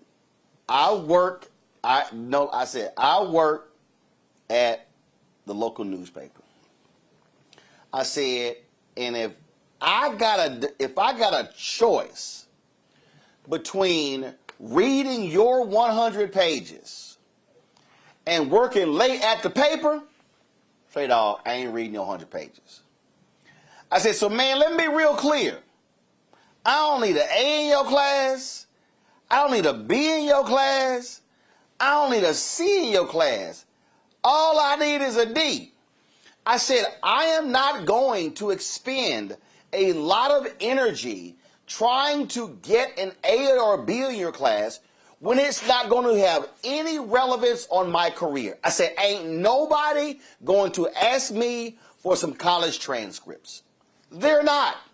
I said, "So I'm going to spend as little time as I can on your stuff and a maximum amount of time at the newspaper, the TV station, and the radio station. Somebody came in YouTube saying, lying. You lying. You a damn lie. Tell me I'm lying. I ain't lying. That's exactly what I said. And I made a D in his damn class, saw his ass the next semester, I was like, say, dog, what up? Because I understood I was only there ranting to get a sheet of paper. But the point I'm making is, I don't believe this helps a student. I believe there is something about aptitude to understand your familiarity with the topic. So, and again, now I made a different decision, but I'm just simply saying that if you're, now my journalism classes, I was hardcore straight when it came to, hell yeah, I wanted the A in those classes. But what this is doing, Randy, this is creating a soft generation to be even softer. Well, one, I absolutely believe you did it. How could anyone question about you being outspoken? That should never be a damn question. right I did. But two, this is some white people stuff to me, Roland. That's the way I see it. I mean, University of Michigan has 5% of us that attended. Like 45% of white people, and then 30% Asian American and international students. And as a person who, lived in California and really started to understand the whole California college system, there are always moves being made to ensure that white students are successful. The rules, just like rules are changed to, keep us out of the game or unsuccessful, also rules are changed to help white students be successful. And if you look at a lot of the white students, particularly kids who are legacy, that get into Ivy League schools, that get into schools like University of Michigan, they are there oftentimes because of legacy, because of people that they know, because of family legacy. And they're not prepared really to go to school. They have been pampered just the same way as they're pampering these students now. My guess, I'm just telling you what I think, and my experience has shown me, is that those international students, about those 20% of international students and the Asian students, are whooping their asses. And and they are tearing them up and messing up the whole grading system, the curves. And those white professors and white people, like, how do we fix this so our kids are successful and they still look good? And they go to systems like this. I promise you that from what I've seen, it has something to do with this. This is some white people stuff, and I promise you they changed the rules to ensure that those students look successful even when they're not, because they were already soft. And this gives them the path to continue to be soft and look at it that way. Because it's not for our kids. And I promise you that there will never be a school that has a high population of black and brown students that attend that will do that. And no HBCU is going to do that. But for these kids, they're going to make it give them the opportunity to look as successful as they possibly can. No doubt in my mind. See, the problem I have, Mustafa, is that I'm not looking at those students solely in the classroom. I'm looking at what's going to happen when they leave college. And I'm telling you, I've had to deal with this. I've had to deal with students I've hired, not focused, not motivated, don't apply to their craft, don't study their craft, and oh my God, I mean, it's an 8-hour workday. You're asking me to work 9 hours? Am I going to get overtime? I mean, I've had to deal with soft people and they no longer work for me. And I'm telling you, we are not producing students with resiliency. We're not producing folks who are tough. It's like, oh my God, he yelled at me. Man, take your ass to CNN or MS Now or Fox and see if you screw up, if you don't have that video or you don't have that damn graphic. Watch how you get cussed out. And these folks are like, oh no, oh my God, this workplace environment is toxic because they yelled at me. Man, listen. What I'm saying is, you got to, if you're going to have people survive in the workforce, man, they got to toughen the hell up. And I'm sorry, this here, oh my, that was so concerned about the mental health. No, Mustafa, no, I don't think you make things easier for people to deal with mental health. I think what you do is you have to walk folks through and say, hey, the reason we have this is because this will determine who cuts it and who doesn't. It's really about shredding.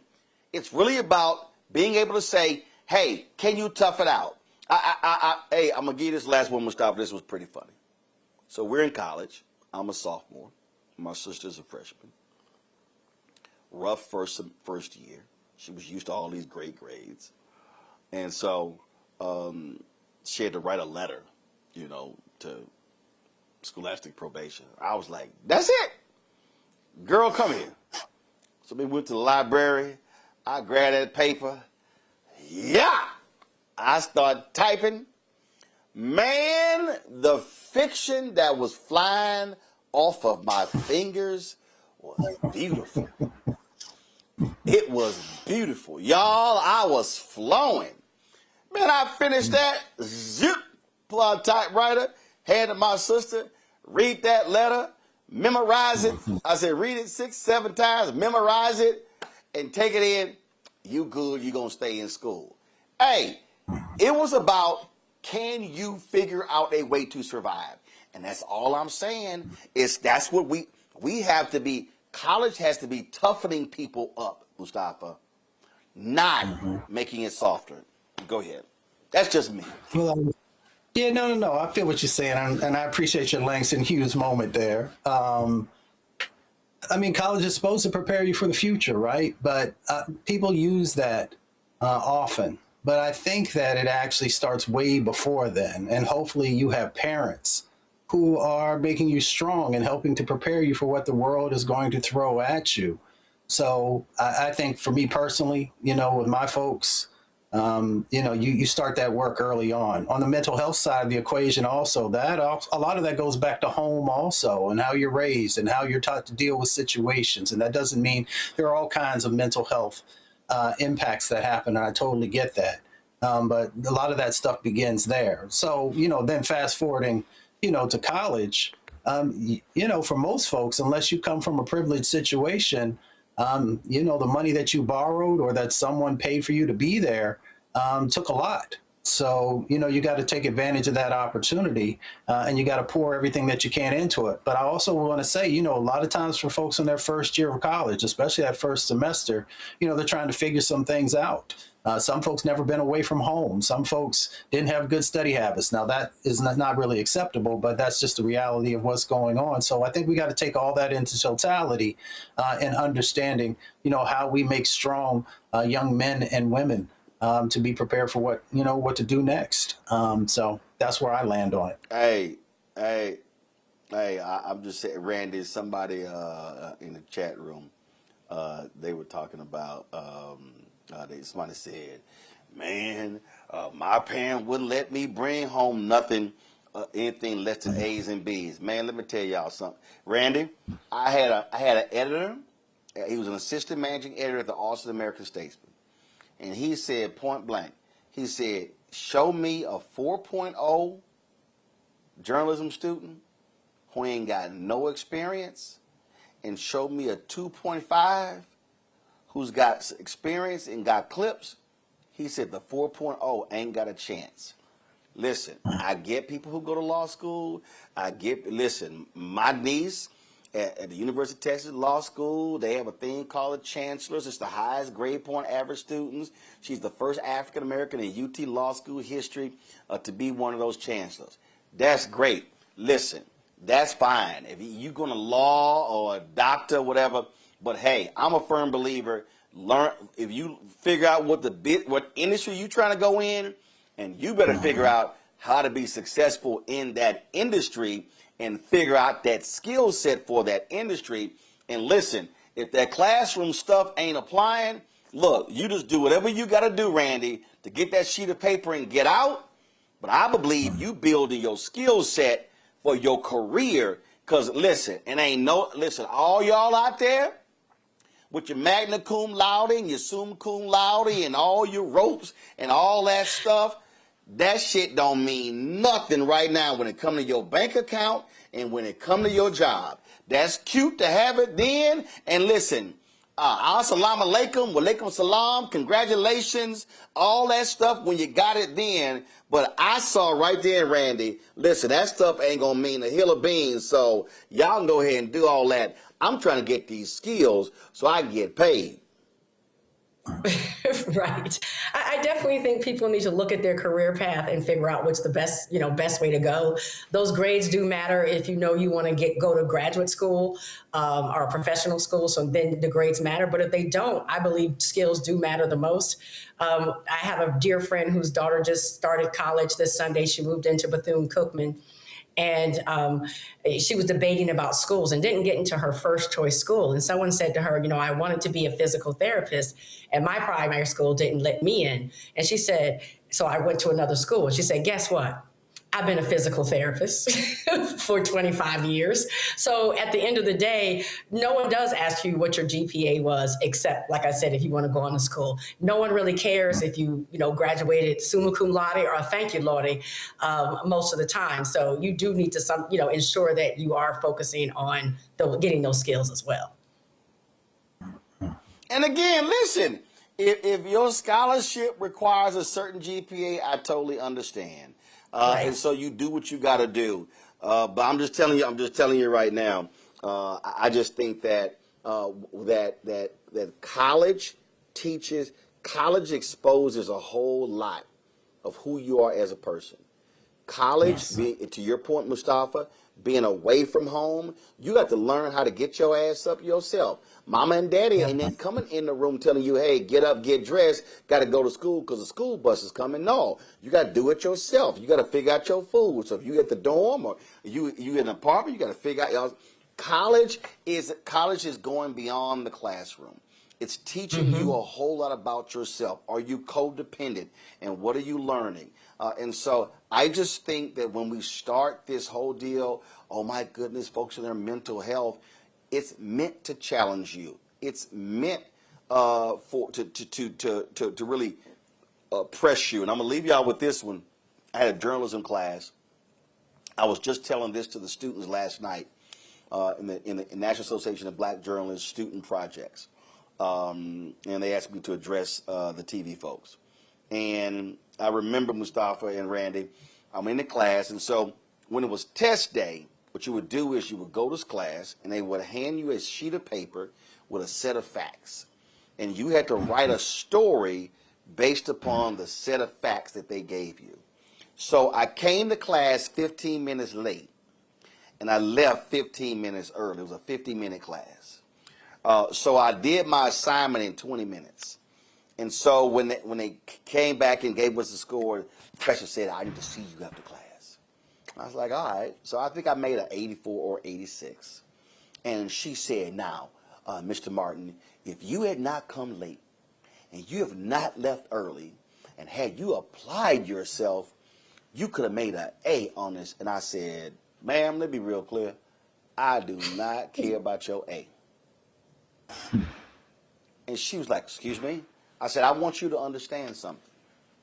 When I graduate, I'm going to have to write a story on deadline in 20 minutes.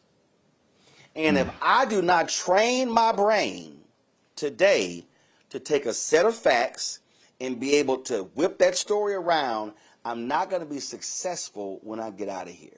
So here's what's going to happen.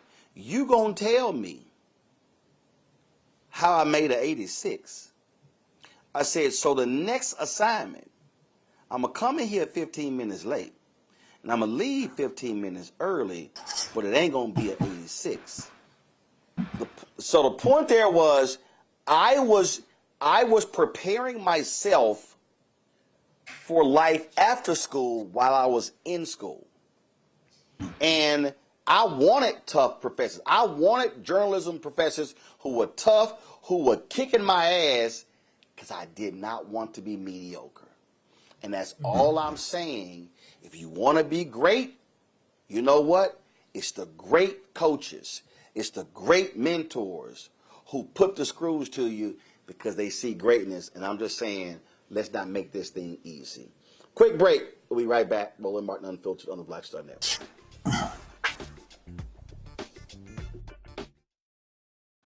All right, folks, let me get personal for a second. My mom had questions about her Medicare, so she called Chapter, a Medicare advisory company, and she texted me right after saying it's a great benefit. It was easy. A real person walked her through the whole thing, and now she understands better what's going on. But it's not just her.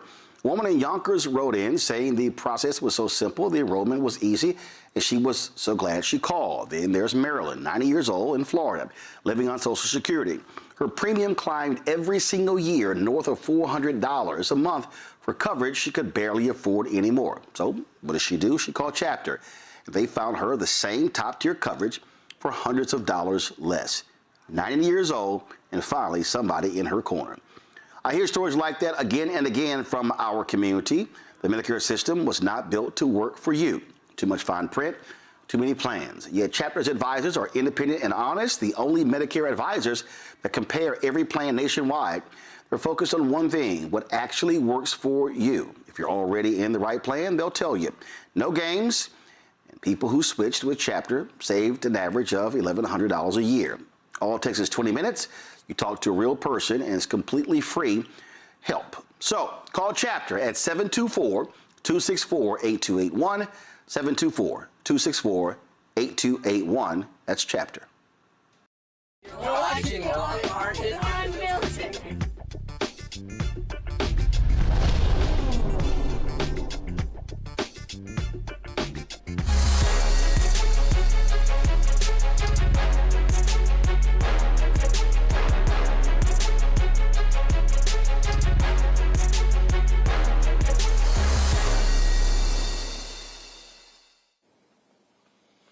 Folks, according to the Annie E. Casey Foundation's Kids Count Data Book Report, black children face significant proficiency gaps in reading, math nationwide. The report says roughly 85% of black fourth graders read below grade level. Martin's children's books addresses that issue by offering books that support early literacy in math as well as workbooks while providing diverse stories that help with emotional awareness and social skills. Author Latasha Martin joins us right now. Latasha Martin, how you doing? Hi, how are you doing, Mr. Roland Martin? I am so excited to be here. I have been watching you for years. I am just so honored to be on your show tonight. I appreciate it. Before I ask you, first of all, where are you from? Which Martins are you from? Well, Martin is my husband's last name, and we're in Homestead, Florida. All right, where are his people from? Paran, Goose, Richmond Heights, South Florida. Okay, all right. Well, I don't know. I don't have any Martins that I know who are in Florida. My folks came from East Texas, and so, but I'm sure somewhere up in there, there's some sort of connection there. So let's get right into it. All right. Yes. We were just talking about, obviously, we were talking about college. We were talking about, this whole pass grade thing.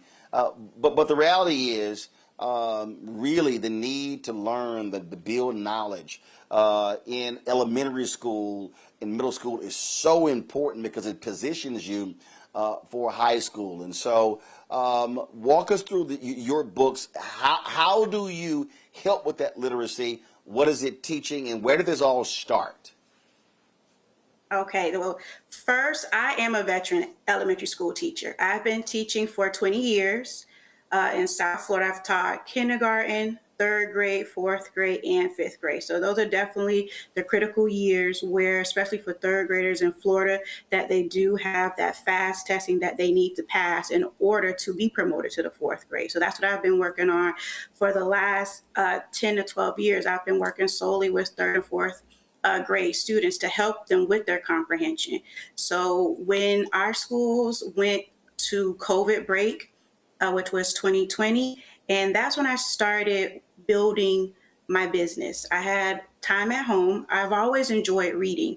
So my passion was always reading comprehension, literacy, exploring different genres. So from that and the extension that I had at home, I created my business, and my love of reading fostered my growth of my company.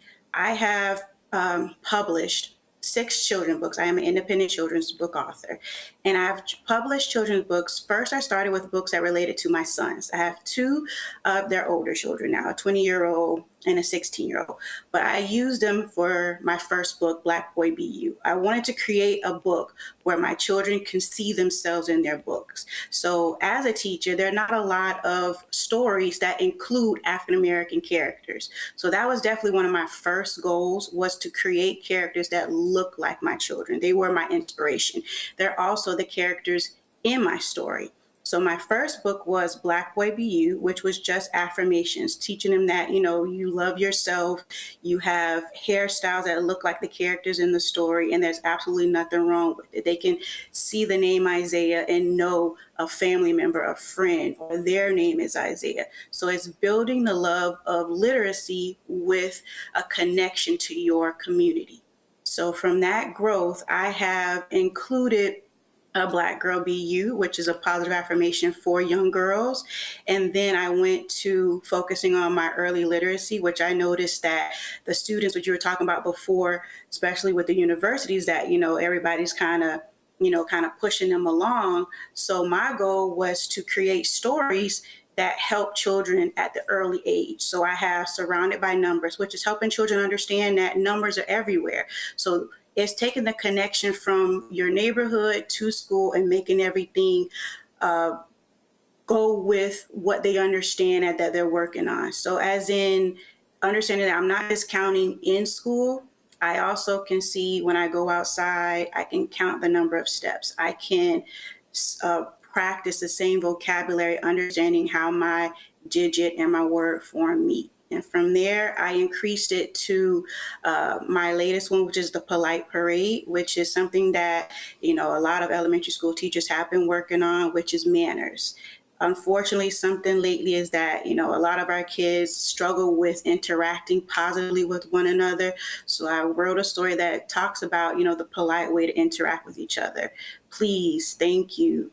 May I have this? So those are some of the words that we don't hear definitely in our school. So it's something that I wanted to bring back, to see characters that interact with your same everyday life, but you can relate to them. Can I see myself in the story and still learn at the same time? So that's always been my goal. And along with my children's books, you know, people love to read, but they also like to take it and practice those same skills. So with my reading books, I made companion workbooks and coloring books for children so they can take it with them, practice. Handwriting is also a big thing. I don't know about universities, because even, you know, with the computers, they stopped with the handwriting. So that's a big thing for a lot of children also. Yep. So my goal is to go back to the old school ways of teaching. Let's questions from my panel. Randy, you're first. I'm so excited to see your books. I'm a former English major and English teacher, so I really believe that we need to work on literacy. What do you think makes your book special where kids want to engage with them? Well, what I really do enjoy about my books is that I love bright colors. So definitely with younger students, they need things that pop out to them. So it's not just the words, it's the images also. Can they love to, when they open up a book, it has to be bright colors that jump out to them. So that's always my first goal, bright colors. And then the wording within my book, there's some that are like in black letters and there's some that are in colored letters. So I have different things within my stories that attract students. And it's not just reading, there's also questions within a lot of my books to interact with the students while they're reading, especially with Surrounded by Numbers. It asks them, how many do you see in this picture? How many cars are there? So it's just adding a different level to just reading a book. Thank you. Mustafa. Yeah. Well, congratulations, Ms. Martin. I have two questions for you, actually. The first one, is about the evolution of your books and the students who've been reading them. Could you share with us sort of how some of the students maybe who you stayed in contact with, sort of their evolution with your books? Well, yeah. So my first book was Black Boy Be You. So that one's definitely a big hit as a time of, self-empowerment for young boys. And then they wanted to know, was there more that I was writing about young boys? Because there's not a lot of books about African-American boys. We might see more girl books, but my first couple of books definitely focused on the young boys. So they wanted to see something else that related to them. So I included Surrounded by Numbers, where my main characters are young men. And then also within my stories, a lot of the readers wanted to have additional that relate to their younger siblings. So not just like a third grader, you have something also that my kindergarten can relate to. So then I expanded my collection of stories to ABCs of Kindergarten, where it helps parents get their kids ready for the first day of kindergarten and also learn about the alphabet, phonics, and rhyming words. So I listened to customers and readers and what they were looking for next, and that helped me to create my next set of books. And my second question, really quickly, illustration is so incredibly important when it comes to children's books. Do you do the illustration? Do you hire other Black folks who do the illustration? How does that process work? Okay, I am definitely not an illustrator. I enjoy writing the story, so I did outsource my illustrations. For my characters, what I use are pictures of my children when they were young. So I sent illustrators a picture of my kids and I said, can you please draw them? And then I was able to choose the best illustrator that came with the images that I enjoyed the most. I had the most detail, because within my books, I enjoy a lot of detail within the background of my books. My illustrators are overseas, so it's a little an extra step that I have to do with my illustrators, speaking to them and getting them to understand what I'm looking for. But it's still a struggle with illustrators here in the United States to definitely get someone that has everything that I'm looking for. Thank you. All right, then. Folks, Martin's children's book, go to shopblackstarnetwork.com. Shop blackstarnetwork.com to check them out. And so please do that. And support Latasha's books. We certainly appreciate it. Thanks a lot. Well, thank you for having me. All right. Good luck. All right, folks, let me give you an update on the story out of Illinois. Remember the black guy who they had issues at the pool? Well, the property owner of the apartment complex has released a statement saying that it was not discrimination. You might remember where Leo Sullivan said that he was approached by a couple of white women when they came and demanded he show his ID. The property owner says this in a statement at Art Living: "We're deeply upset about the extensive misinformation being shared on social media about our company and the doxing of our innocent employees. Our company has a long history of serving diverse communities, and we proudly employ individuals of many racial and ethnic backgrounds. We do not condone or tolerate discrimination of any kind, and to falsely portray this incident as discrimination is reckless and harmful to our tenants and our community." Prior to Mr. Leo Sullivan's stay, he acknowledged the requirement to obtain a pool pass at the front desk before entering the pool area. The CCTV footage shows that he and 4 other unrelated individuals at the pool were all asked to show an ID or their pool pass as required to ensure the security of our tenants and guests. Our employees simply followed established property policies that are applied equally to all residents and guests. Since Mr. Sullivan never checked in with the front desk upon his arrival, never obtained a pool pass, falsely identified himself as a tenant, and never provided ID when politely asked, staff had no way to identify him as a guest, so authorities were called to help resolve the situation. Now, Leo Sullivan has not publicly responded to the statement from Arden's Living. All right, folks, that is it for us. We are watching election results that are happening in South Carolina, Wisconsin, and Minnesota and other states. So we'll have that for you tomorrow as well.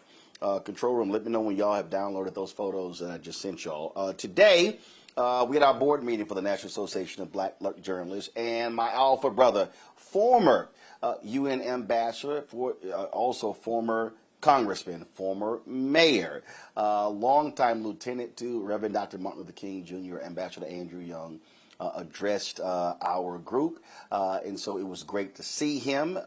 Andrew Young, 94 years old? Let me tell y'all, that mind is as sharp as ever.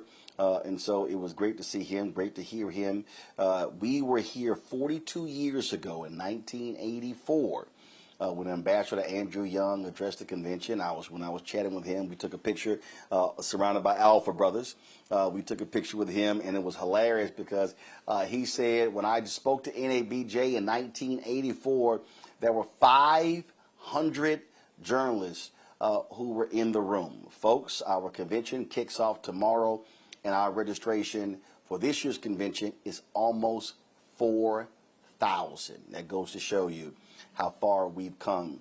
That's the photo right there of Ambassador Young with all the alphas.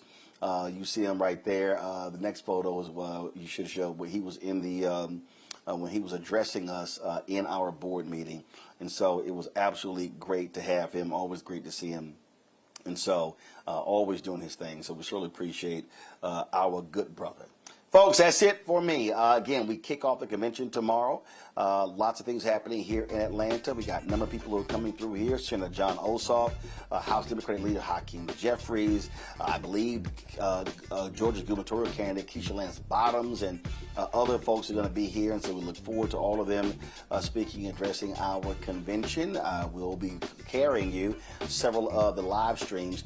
Tomorrow night, we have the opening ceremony that will be live when we're also live. So we're going to be carrying that stream as well. So I won't be at the opening ceremony.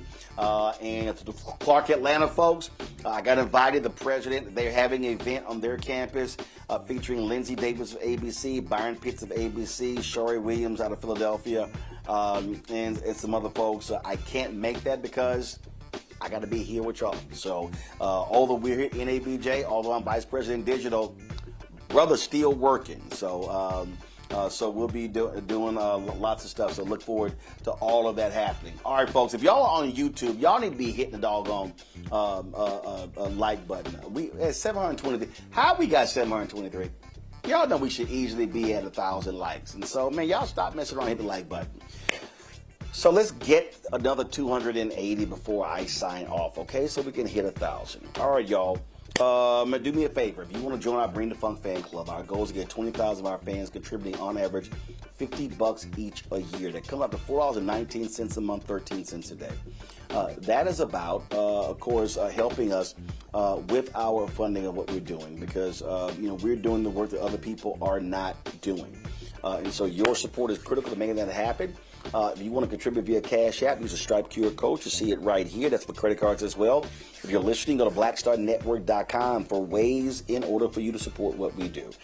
Checks and money order, make it payable to Roland Martin Unfiltered, P.O. Box 57196, Washington, D.C., 20037-0196.